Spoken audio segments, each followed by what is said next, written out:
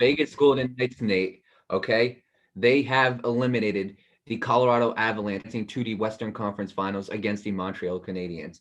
All right. Overall, Nate, there was a time where we didn't think the Golden Knights were gonna reach it, and they ended up coming back and fighting, and they ended up making it to the Western Conference Finals. Won four So straight too. That's the craziest part about it. right, gotta give them a lot of credit. So I'm gonna read the stats pretty quick. So these are the guys who I just felt like were definitely like key guys for the Vegas Golden Knights winning. So William Karlsson, he had 3 goals and 4 assists. Jonathan Marchessault had 5 goals and 2 assists, and Max Pacioretty, he had 3 goals and 4 assists.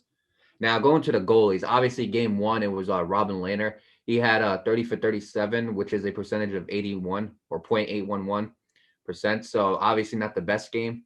Marc-Andre Fleury ended up taking over the rest of the series. And game 2, he had 22 for 25, which was a percentage of 88%. Game 3, he went 18 for 20, which was a percentage of 90%. Game 4, he went 17 for 18, which was a percentage of 0.944. Game 5, he went 28 for 30, which is a percentage of 0.933.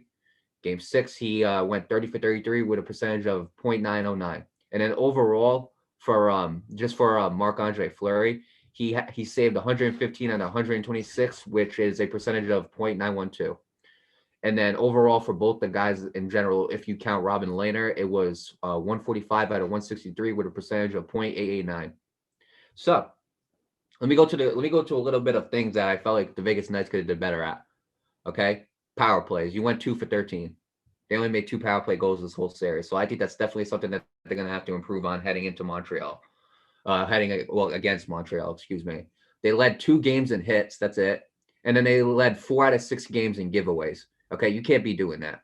It's as simple as that. You can't be doing that in the playoffs. But regardless, though, of it, they still won. Now, if you were to tell me point to pros, statistically, I could not find one. But here's what I will tell you, okay? The pro for them is going to be the only con that I felt like for the Avalanche. And that con is the reason why this series is the way it is. But let me go to the Avalanche first, and I'll explain why, okay? So Avalanche, their stats leader, guys I feel like did a good job for them. Brandon Saad, he had 4 goals and 1 assist. Cale Makar, he had 1 goal and 6 assists. Mikko Rantanen had 4 goals and 2 assists, so he did a great job. Devon Toews, he had 1 goal and 3 assists. Gabriel Landeskog, he had 2 goals and 3 assists. And Nate McKinnon had 2 goals and 4 assists. Okay, they went 6 for 17 on power plays. They led 1 game in giveaways. That's it. So that's a pretty good stat to have. And they had 3 out of 6 games. They led 3 out of 6 games in hits. And the Vegas Knights, I think, led they led 2 games. So there was 1 game that they were equal in hits. Now let me get to these pros and cons, okay? What the Vegas Knights did so good at, right? And this is going to be something that doesn't show up on the stat board, okay? But when you go to the Avalanche's stats, especially when you hit that big 3, you'll see why. They did a good job of stopping that first line. Remember how I talked about that first line with Nate McKinnon, Mikko Rantanen, and Gabriel Landeskog? Remember I talked about them and how good they were? Okay, this series, they weren't as good. It's as simple as that, okay? They slowed down, and they ended up slowing them down, and I think that was the big factor to the reason why this team lost, okay? Here's what I'm trying to talk about, okay? The one guy who did good on that first line is Mikko Rantanen. He had 4 goals and 2 assists. As for Nate McKinnon, it's the same, and for Gabriel Landeskog, it's the same thing that I said for the Bruins. Remember how I talked about how the Bruins stats look good, but when you actually went to the game log and you went game by game, it showed that the Bruins weren't showing up for certain games. They were only picking. It was like they were picking games to show up. Remember I talked about that? It's the same thing with the Avalanche, except the only thing is this. The Avalanche went consecutive games, I think, without showing up. Certain guys. Like, for instance, I'm going to go to the I'm going to prove my point real quick, okay? I'm going to go to the NHL. I'm going to go to the NHL app real quick. Excuse me. I'm going to go to the NHL app.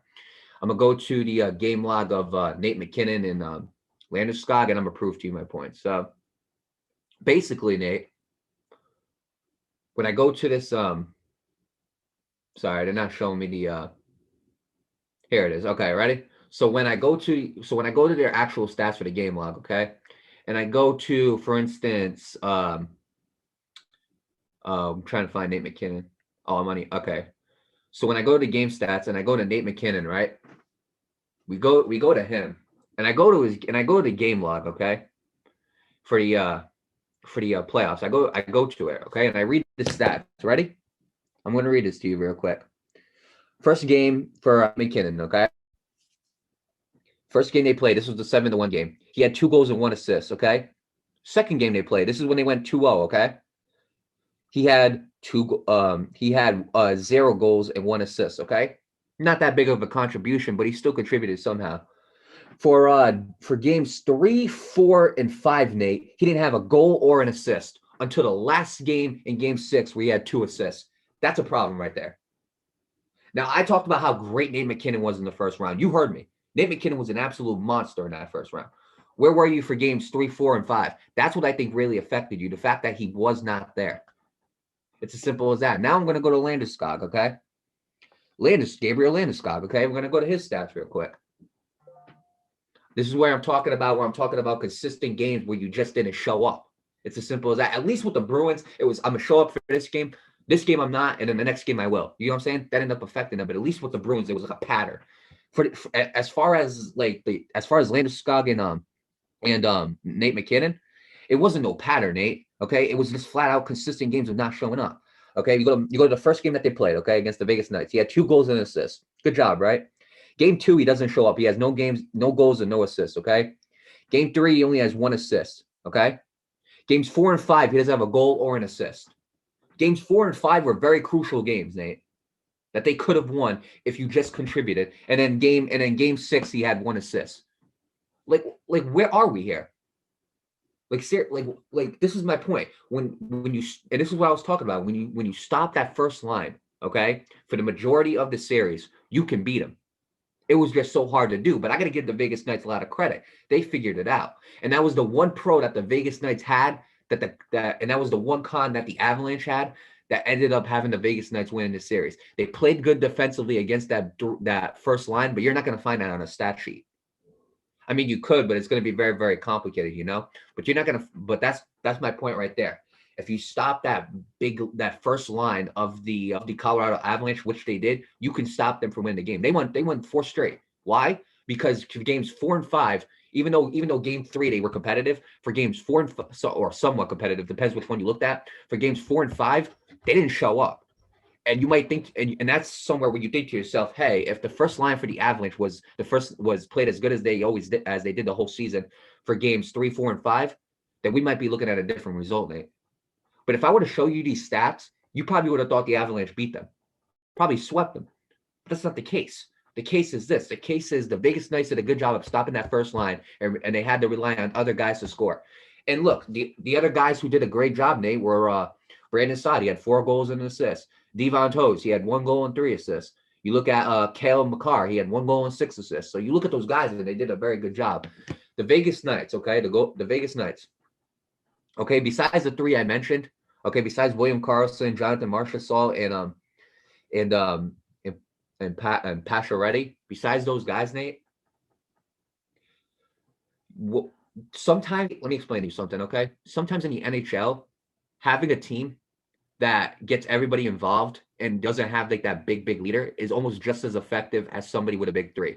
And the reason why I say that is because when you got guys, this game, this dude scores. This game, this guy scores. You know, it's his first goal of the series. This game, this guy scores. When you have all these guys scoring, right? It's hard to figure out who's the guy you got to stop when everybody at least scores like 1 goal or 1 assist. You know, when everybody gets involved, it's hard to figure out which guy to fully stop, to double or to completely stop. With the big 3, it's different. You know who to stop, but it's just so hard to stop. So sometimes when you get the whole team involved, and even if it's like, all right, this series, this guy only had 2 goals. This series, this guy only had 1 and 1 assist. When you split the stats like that overall, like when you split them up with every other player, with every player on the team, sometimes it's just as hard to stop as a big 3.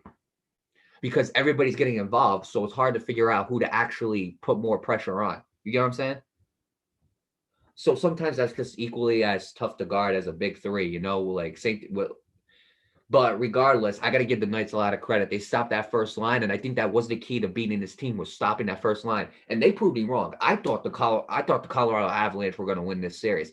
The Vegas Knights told me, shut your mouth and watch us beat this team in 6.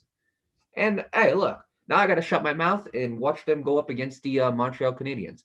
Now, Statistic-wise, I'm very concerned for the Golden Knights against the Canadiens because statistic-wise, when I read you those stats that they had, they weren't that great, Nate. Okay, I'm being honest. They weren't that great, okay? You can't go 2 for 13 against the Canadiens and expect to win, if they have a good series. And we're going to see a good series, Nate. We're going to see Marc-Andre Fleury versus Carey Price. I think that's going to be a very, very good series. And I think those two are going to be absolutely big factors to who wins this series. I will say this, though. The Knights don't have to worry so much about star power. But I will say this: I think they do need to be better statistically in order to win this series. And again, when we looked at the Golden Knights these playoffs, it's been an up and down series, Nate. There's been days when they've been good, and there's been days when they have been bad. So it's been up and down for them. Same thing with the Canadiens. They did a good job of fighting back and beating the Toronto Maple Leafs, and they did a good job of ending up eliminating the Winnipeg Jets in 4. So they've came back. And they've also swept. So the Canadiens are looking very, very strong. They coming into the when they came into the Western Conference Finals, and the Vegas Knights are coming in with some questions. I think if they can clean up those question marks, I think the Vegas Knights can beat them. But here's what I will say: as much as I would love to see the Vegas Knights go to the Stanley Cup Finals, and I'm rooting for them, okay, I think Montreal is going to upset them. I got Montreal in probably 6. I'm going to go Montreal 6. I think Montreal goes to the Stanley Cup Finals. That's my prediction. I got Vegas in 6. Okay. I got Vegas in 6. I'll be honest. I think the Canadiens are going to give them trouble.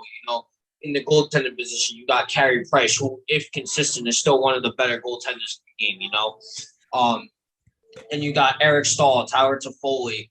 They're doing a really good job, Marty. And yeah. Again, this is a team that we did not expect to make this far, but yet here they are. I agree. Which, if they do beat the Vegas Knights, I won't be surprised if they go to the Stanley Cup. As much as I don't want to see it, because that should be the damn Bruins, but we won't talk about that. I wouldn't be surprised if they did. You know what I mean? I think this is going to be a very interesting series, but at the end of the day, Mario, I think the Golden Knights are going to clean up their questions, because I'm going to be honest, them facing the Avalanche was their biggest test. I felt like if they beat the Avalanche, they were going to go to the Stanley Cup. That's what I said. And my problem with this was their goal. They knew what the goal was coming in. It was that first line, and I always talked about that first line. Okay, I talked about it so much, but I was seriously committed about it. If you could stop that first line, you could beat them. But The whole problem was it was so hard to stop them because they were just so dominant. Absolutely. But that's what they knew. They knew that goal was to stop that first line, and they did it successfully. As for the Canadiens, I don't know what that goal is to stop them, to be honest with you, because they have proven it time and time again that they are just that good of a team. Like, it doesn't – now, again, defeating the Toronto Maple Leafs, okay, but the Toronto Maple Leafs didn't have John Tavares, okay? Right. So that was a big thing for them. They ended up defeating the Winnipeg Jets, but the Winnipeg Jets didn't have Mark Sheffley because he got suspended. So that was a big thing for them. That was a big advantage for them too. So the first 2 series, they had big advantages. And the question that I'm going to have for the Canadiens is, when this Vegas Knights team is coming at you fully healthy, can you stop them? And I think, and I'm going to be honest with you, I think they're going to prove us wrong, and I think they're going to do it, because I don't see a star on the Vegas Knights. Like William Karlsson's a good player. Jonathan Marchessault, a good player, like they all get involved somehow. But I can't see that star player on the Vegas Knights that they got to worry about. The Vegas Knights, their problem was different. They knew who to stop that first line. For the Canadiens, it's going to be really tough to find out who to stop. You can point to Toffoli. You can point to Eric Staal. You can point to those guys. But the problem is with the Canadiens, I just think they're a hard team to stop, and I think they're very dangerous right now. Right, but my thing is with the Knights is this: if they can fix out those questions that you have for them, or anybody does have in general, I think the Golden Knights go back to the Stanley Cup. That's what I think is going to happen. Absolutely. Although in the first 2 rounds, I just don't think they fixed them. Maybe the third round. The first round was a bit on and off, and then the second round kind of went down a slippery slope more so than you could expect. Right. But I think right here, right now, if there's a time to fix those mistakes, it's now. It has to be now. Agree. Because now, you got a New York Islanders team who's willing to get revenge from last season and go to the Stanley Cup. You still got the defending champions in there, who both teams, by the way, with the Islanders is a little bit different. They do have some great weaknesses, but other than that, they have more strengths and they do weaknesses. Same thing with the Light. It's very, very difficult to point out a weakness with that team. They're the defending champions. They've been doing a really good job of defending their title. You know what I mean? So if they do go out, well, if either team goes to the Stanley Cup, they're gonna have to figure it out. You know what I mean? But at the end of the day, I think this is a series definitely worth watching. It's gonna be a very fun one to watch. But at the end of the day, I'm gonna go with the Golden Knights in 6. I'm gonna go with that.